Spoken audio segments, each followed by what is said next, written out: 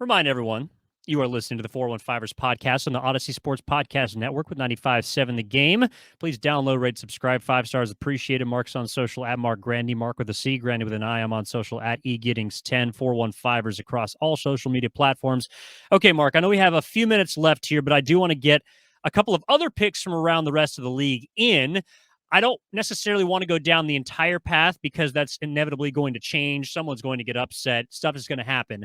But I do want to pick these games from the entire weekend, both NFC and AFC, finish with the 49ers. And then if you want to, we can just kind of throw out who we think is going to be in the Final Four and who's going to win the Super Bowl. Is that all right? Gotcha. Yeah, sounds good. Where do we want to start? In the AFC?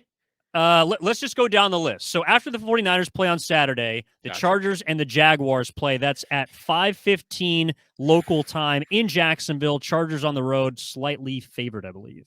Man, we are starting with the hardest one of the whole weekend. I do not know how to pick this game.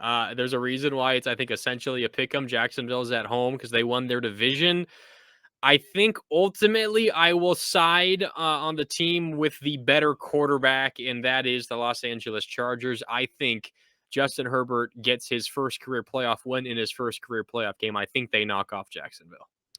I am slightly biased in this pick. I grew up liking the San Diego Chargers, now of Los Angeles, and the Jacksonville Jaguars. I will say this, even though Justin Herbert, I believe, is the better quarterback currently, Trevor Lawrence has absolutely played better football the last half of this season. So it's a bit of a toss-up there.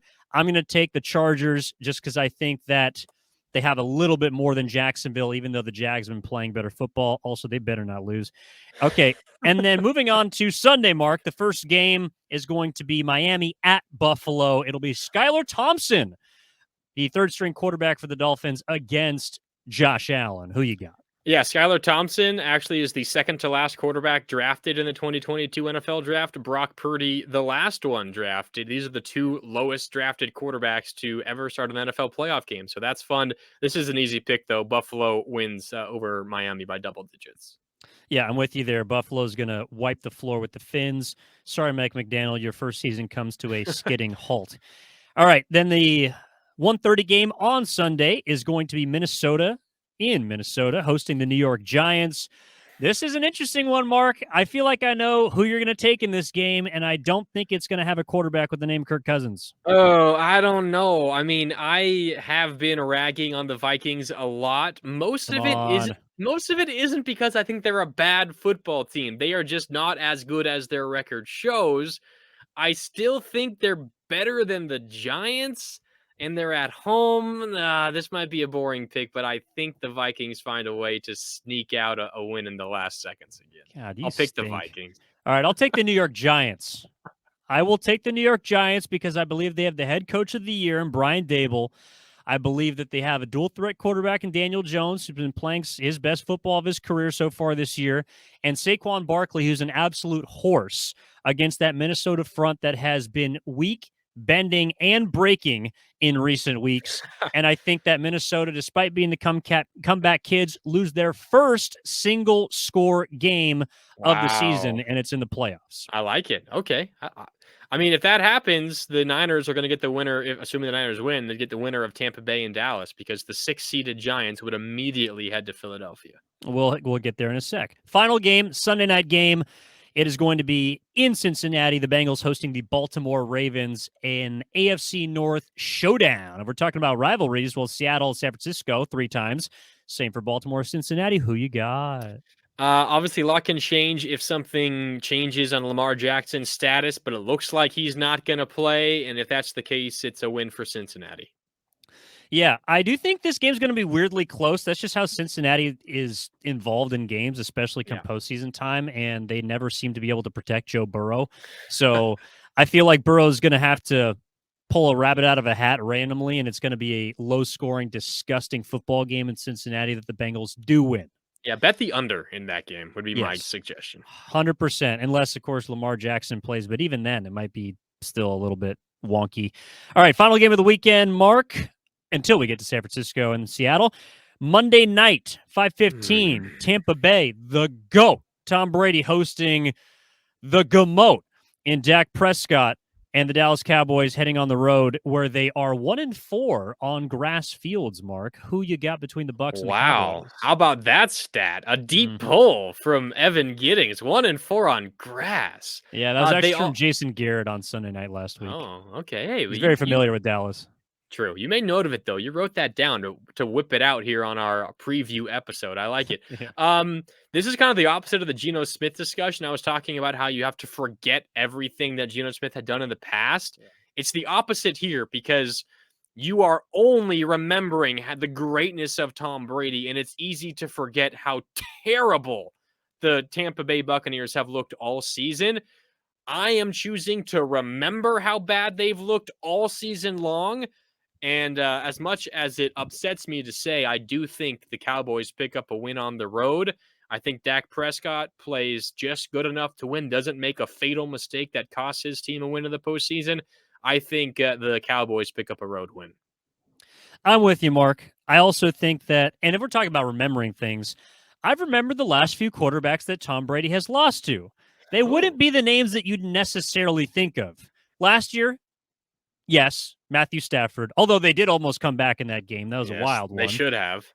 The quarterback before that, I believe, was Ryan Tannehill Yes, when Tom Brady was in New England. and before that was Nick Foles, was it Was not? Nick Foles in the Super Bowl. So none of those are necessarily world beaters. And if you're worried about Dak Prescott not being a good quarterback, don't worry. He has company with the other quarterbacks that Tom Brady True. has lost to. Give me the Dallas Cowboys. I think they return to form and they buck the trend of the 1-4 on grass field. They get the win on the road at Tampa. That's my pick. I like it. I think I'm with you. So we're what in lockstep of 4 of the first 5. I don't know if I like that.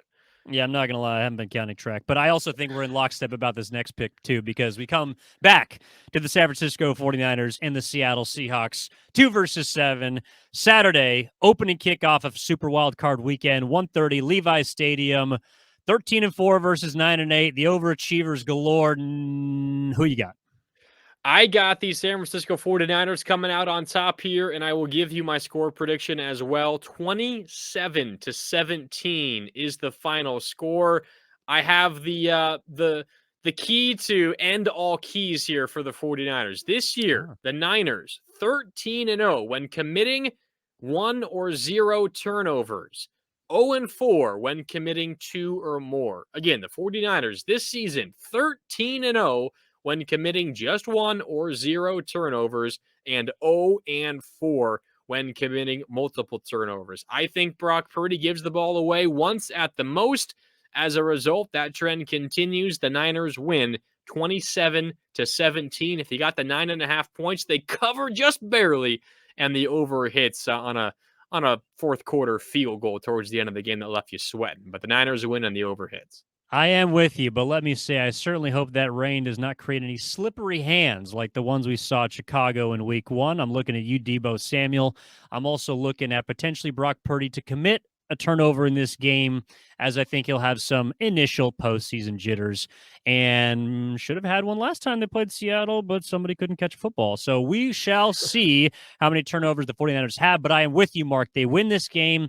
I think they win it in a relatively close fashion. I think it honestly looks a lot like Week 15 did, which is you look up at the final score, you see an 8-point deficit, and you see, wow, that game was closer than it should have been. But in reality, there was not really any, sort of hesitation on my side as far as who was going to win that game. I felt like San Francisco dominated the full 60 minutes. I am going to take San Francisco over Seattle to advance to the divisional round, and the final score is going to be, I don't want to say 21-13, 24-16. I Huh. think that's going to be the final score, just under the 42 total, and San Francisco does not cover. Interesting. Okay, I like it. Both of us have Niners winning, but that one's a little closer there. Before we do get out, I do have a quick trivia question. If our predictions are correct and the Niners win this game, Brock Purdy, as a rookie, will win a postseason game. Who was the last rookie in the NFL quarterback, the last rookie quarterback in the NFL to win a postseason game, Evan? I will give you a hint. It happened. Russell Wilson? That's right. You don't even need a hint. Yeah. Happened in 2012. Russell Wilson, the last rookie quarterback to win a postseason game. It has been 11 years since it happened, and Brock Yep. Purdy has a chance to add his name to that pretty short list coming up on Saturday afternoon. Only reason I remember that is because Russell Wilson then ran into the Atlanta Falcons, who then ran into the San Francisco 49ers, who then ran into the Baltimore Ravens, who made me a lot of money that year. So I am with you, Mark. Brock Purdy has a chance to etch his name into history, and we will be here to cover it all in the 415ers. So looking forward to it. Yes, sir. I'm looking forward to Saturday. Can't get here quick enough. And then looking forward to hopping back on the 415ers with you after that. Yeah, TBD on when that episode is going to be released, but we're trying to get it out as quickly as possible, if not Saturday night, hopefully on Sunday. Either way, a lot of NFL football, postseason football coming your way, and we hope that San Francisco is a part of it. I know we didn't get to our title picks and Super Bowl picks. We'll save that for, I believe, let's do next Wednesday, Mark, after we have a full weekend of football to kind of judge. Hopefully the 49ers will be moving on, but either way, we will be coming at you live soon thereafter this weekend, and yeah, should be a fun time. So thanks everyone for listening to this edition of the 415ers podcast. We'll talk to you next time.